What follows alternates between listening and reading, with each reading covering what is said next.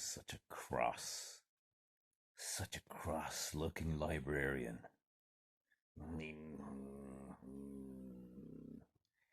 Anyway, so I knew there was something else that I wanted to talk about. That was this. Okay. Um, Again, I'm going to keep flogging this one. The whole male female thing, right? Here's the thing. I'm going now to cite an example of why instinctively, on an instinctive level, on a visceral level, we know something is true, while on a cognitive level, we may be influenced by conditioning, programming, and altering of our thinking. Okay, so I'm just going to go with the old cross. It's guys, it's just the shadow from the top of the glasses. All right, it's not my eyebrows. But I'm just going to enjoy that look for a while because I've never had it before. I'm just going to go with that for a while. Um, I'm cross. I'm cross. So right. So here's okay. Sorry for breaking the train of thought, but here's the thing, right? Okay. We're talking about we say how something can be felt on a deeper level to be true, and people will respond as such, but that on a cognitive level in the forebrain, training, programming, the programming will train them to think the complete opposite. So okay, so people will oftentimes respond to their gut instinct. So here's how what I'm going to say. So everything I've been saying about the difference between men and women, that men are providers, men are warriors, men are those that define the boundaries of the encampment.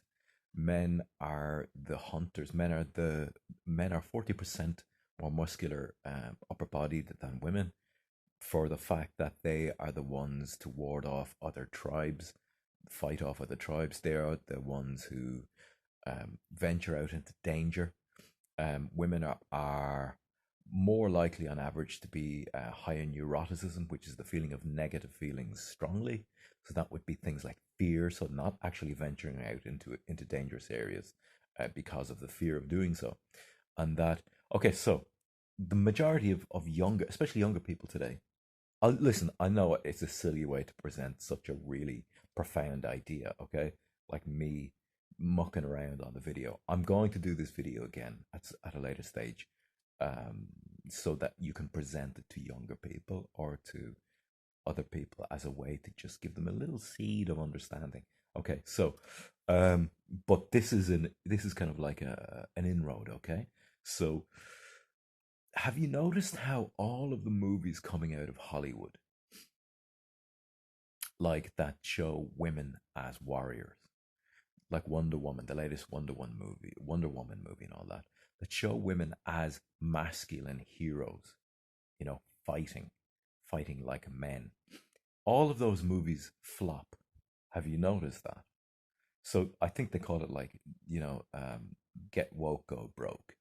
So you have like, is it Captain Marvel? Brie Nielsen, or is that her name or something like that? You have, and then all these other spin offs of female superheroes, whereby it shows them. Usually, it like in the first Woman movie, or when Wonder Woman was back in the 80s, or when Wonder Woman was um, in the Justice League movies and all that. When a woman is shown to be female as a superhero, as in show that that she uses female guile, that she uses charm, that she uses her femininity to interact, and it's more realistic with the world. It's more of a real thing, as opposed to say, um, like a 7 stone woman beating 7 shades of crap out of, we say, um, 14 stone men and sending them flying across the room, taking full on punches in the face. Like, something on a gut level just tells you, what the hell am I looking at here? You know? this just is too unreal. And so you tend to just switch off, or you go, okay, I'll put up with it for now. Wow, wow, yeah, it's a lot of action. But something just doesn't churn over realistically in your being, you know? And that's why these movies are flopping, because Get Woke, Go Broke, because they're presenting women as adventurers, as warriors, where that is not the place of a woman throughout history, throughout mythology, throughout the archetypes of male and female. And so what you get is people viscerally, on a visceral level, going, no, that's not true. On a cognitive level, they're going, yeah, women are just the same as men. They're equal to men. Men are equal to women, and everybody's equal, and equality, equality, equality. But on a visceral level, they're going, no, that's not true. That doesn't work that way. I can't see that. Yeah, it's okay. She looks good. And then they'll look for all these side factors that will interest them. You know, she's a good looking woman and all the rest of it. Now can watch a bit of that.